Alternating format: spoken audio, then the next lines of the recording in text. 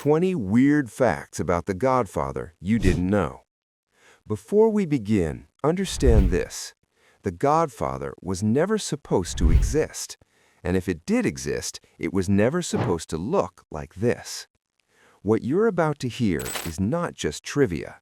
It's a story of threats, betrayal, near destruction, and pure cinematic survival. Stay till the end, because the final fact in this series explains why real criminals still treat this movie like a sacred text. Let's dive in. Fact 1. Paramount wanted a cheap gangster movie, not a masterpiece. Paramount Pictures didn't see The Godfather as art. They saw it as a problem. In the late 1960s, the studio was nearly bankrupt. Television was killing cinema, and gangster films were considered dead.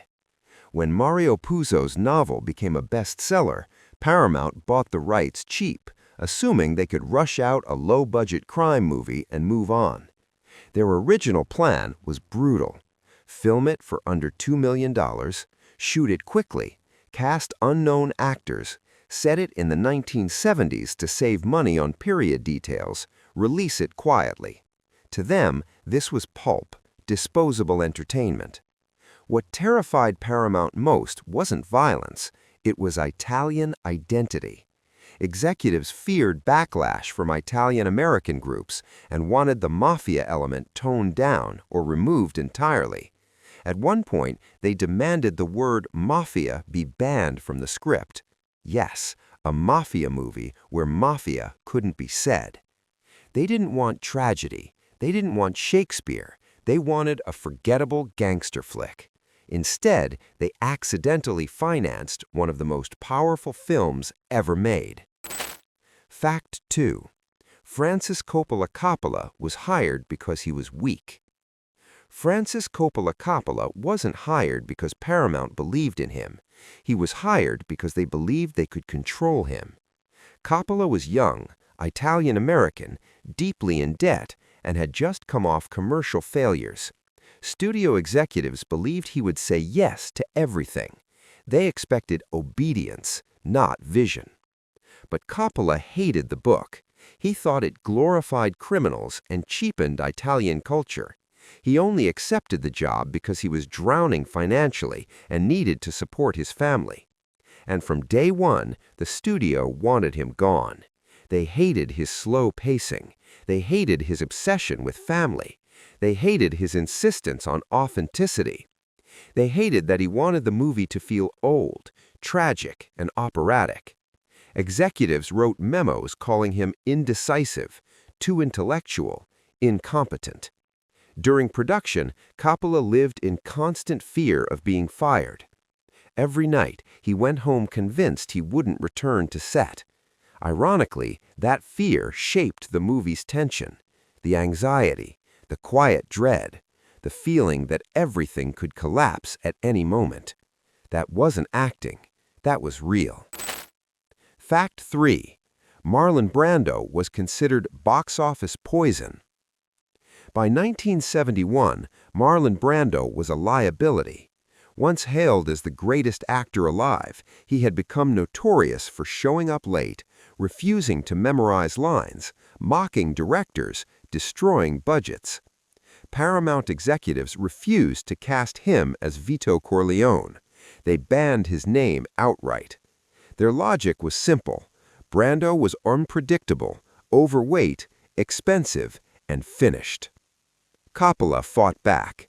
He secretly filmed a screen test at Brando's house. No studio permission, no contract, just desperation. Brando did something terrifying. He stuffed cotton in his cheeks, lowered his voice into a raspy whisper, moved slowly like a dying animal. He wasn't playing a gangster. He was playing death wearing a suit. When Coppola showed the footage to Paramount, the room went silent. The executives didn't argue. They didn't celebrate. They just stared. They had been beaten. But they imposed conditions. Brando would work for free if needed. He would post a financial bond. Any delays would come out of his pocket. Even as the face of the movie, Brando was treated like a criminal. Fact 4. The mafia tried to shut the film down. This is where things turn truly dangerous. As filming began in New York, mysterious men started appearing on set. Not fans, not tourists, men in suits, men who didn't smile, men who knew names, addresses, schedules. The Italian-American Civil Rights League, secretly run by mob boss Joe Colombo, protested the film, claiming it defamed Italians. But behind the scenes, it was a power move. The message was clear. You don't make movies about us without permission. Coppola received veiled threats. Producers were warned filming permits could vanish. Union cooperation was suddenly at risk. Paramount panicked. A deal was struck. The studio agreed to remove the words mafia and Cosa Nostra, allow certain community representatives to observe production, hire real mob-connected extras. In return, filming continued peacefully. Here's the terrifying truth. Many of the men you see in wedding scenes, many of the background faces, were actual mob associates. The line between fiction and reality vanished. This wasn't a gangster movie. It was a negotiation with organized crime. Fact 5. Al Pacino was almost fired every week. Today, Al Pacino's Michael Corleone is iconic. In 1971, Paramount wanted him gone. He was too short, too quiet, too unknown, not masculine enough.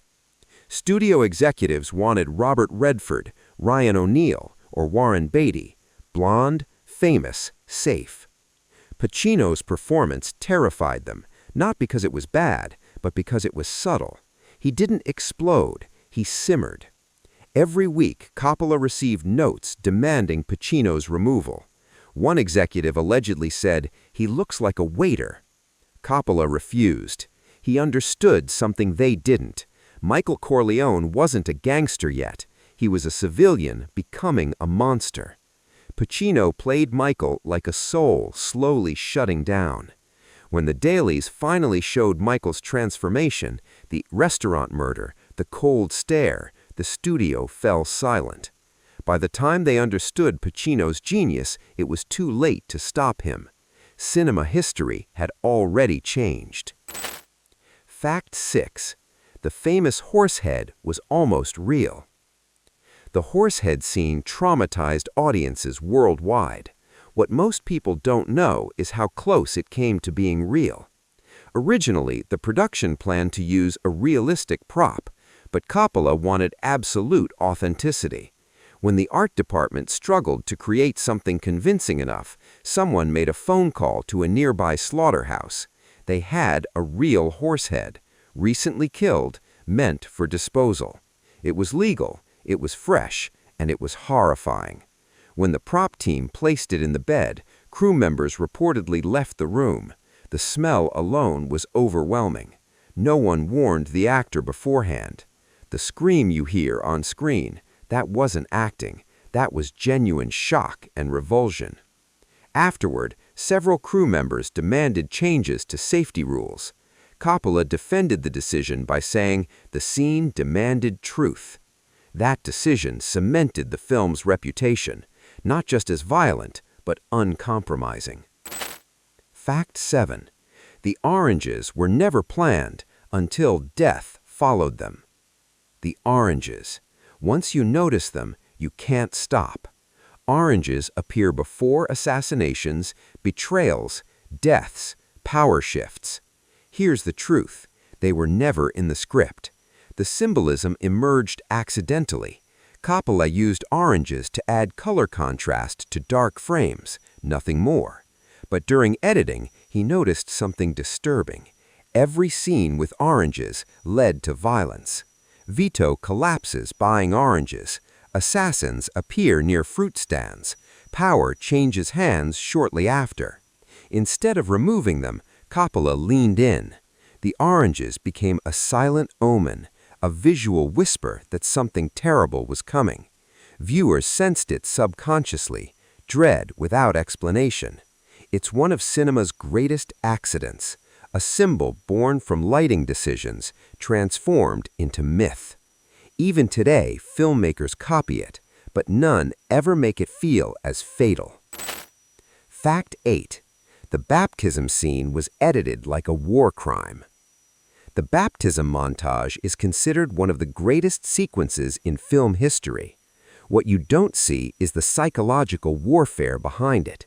Coppola edited the scene himself, obsessively, frame by frame.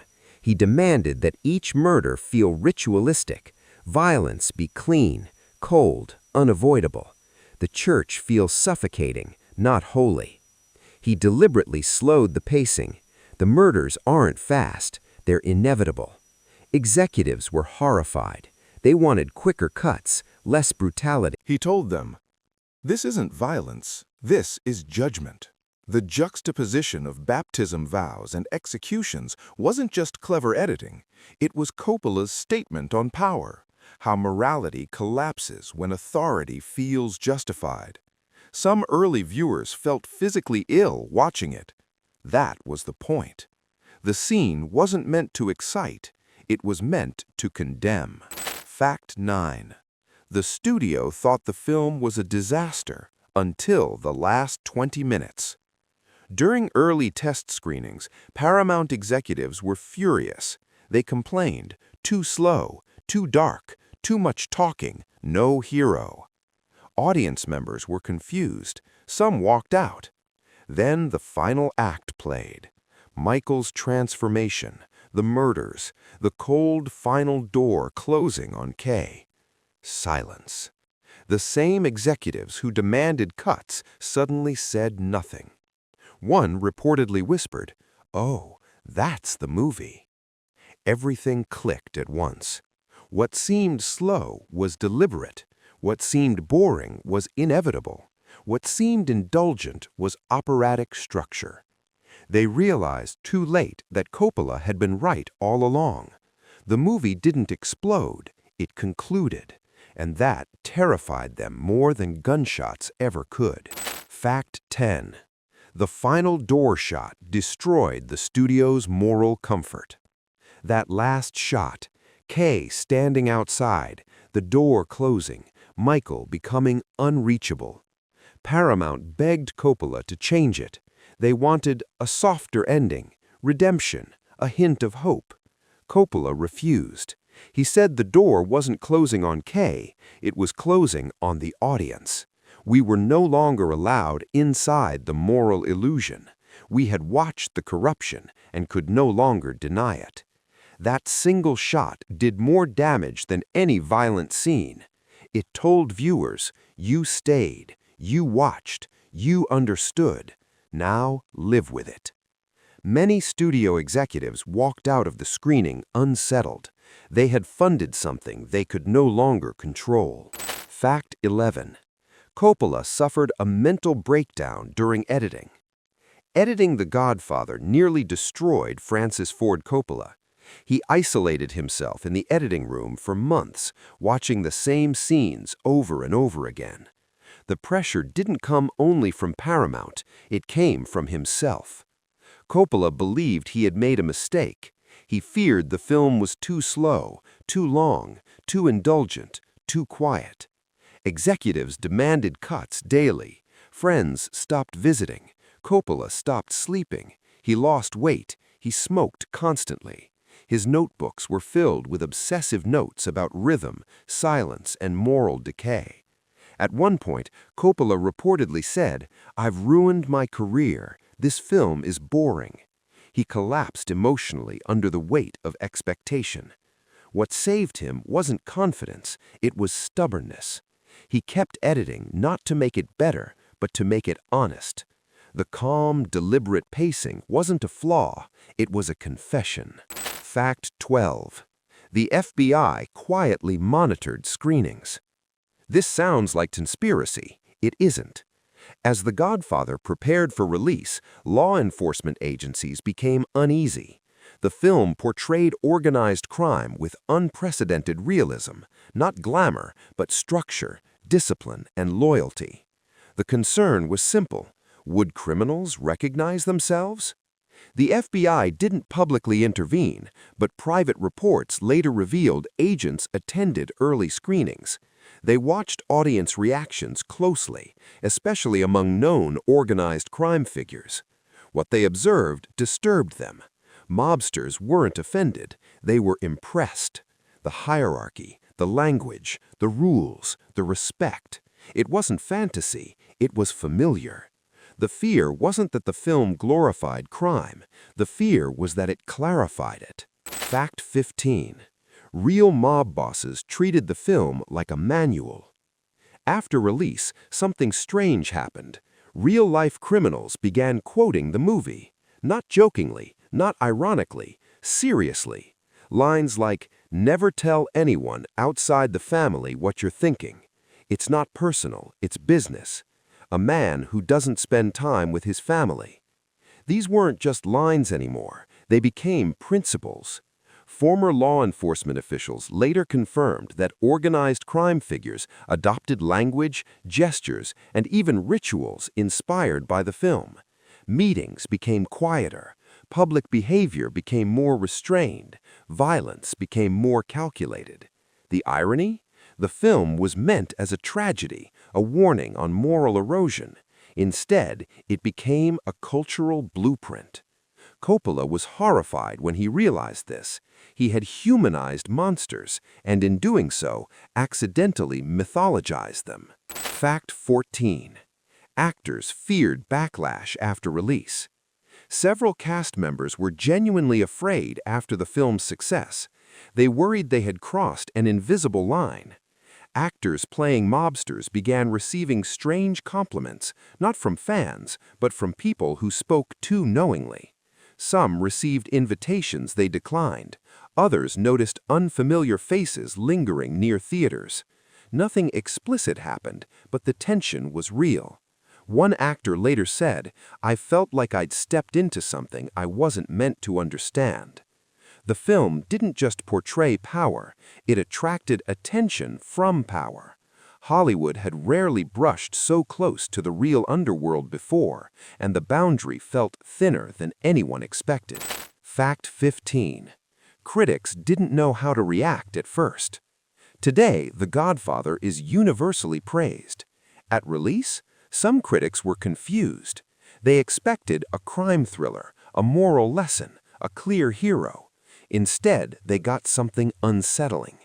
The villain was patient. The protagonist became worse over time. Justice never arrived.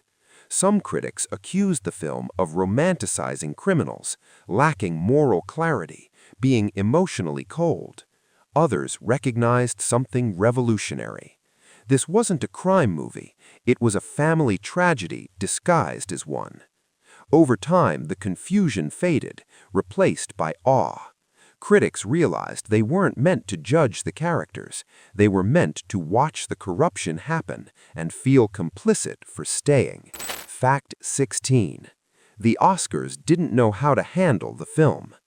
When award season arrived, the industry panicked. The film was undeniable, but it was also dangerous. It didn't celebrate law. It didn't punish crime. It didn't reassure morality. And yet, it was brilliant. The Academy nominated it heavily, then quietly scrambled. Executives feared what it meant to reward a film where evil wins, not explosively, but efficiently. Marlon Brando won Best Actor. Then he refused the Oscar. His protest wasn't just political, it reinforced the film's theme. Power doesn't need approval. The Oscars were forced to confront a truth. Cinema had outgrown their moral comfort.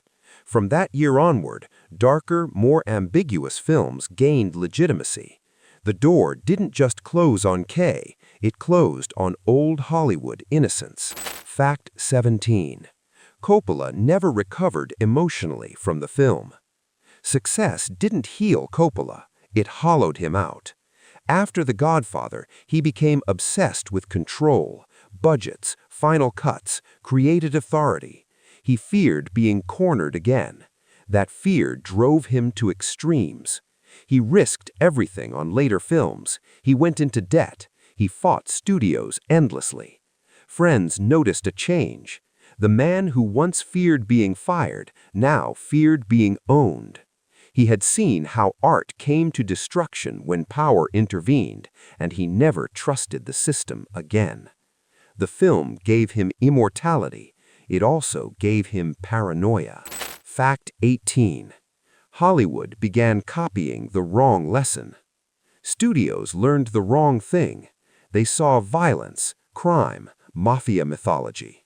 They didn't see tragedy, moral decay, family erosion. Suddenly, criminals became protagonists everywhere, but without restraint, without consequence, without sorrow. What The Godfather treated as poison, Hollywood treated as flavor. Coppola later criticized this openly, saying the film was misunderstood as glorification instead of warning. The irony was devastating. A movie about corruption became a factory for it. Fact 19. The film changed how power is spoken about. Before The Godfather, power in movies was loud. After it, power became quiet. Whispers replaced shouting. Meetings replaced gunfights. Silence became dominance. Politicians quoted it. Executives mimicked it. Criminals absorbed it. The film taught the world something uncomfortable. The most dangerous people don't announce themselves. They smile. They wait. They close doors. That idea didn't stay on screen.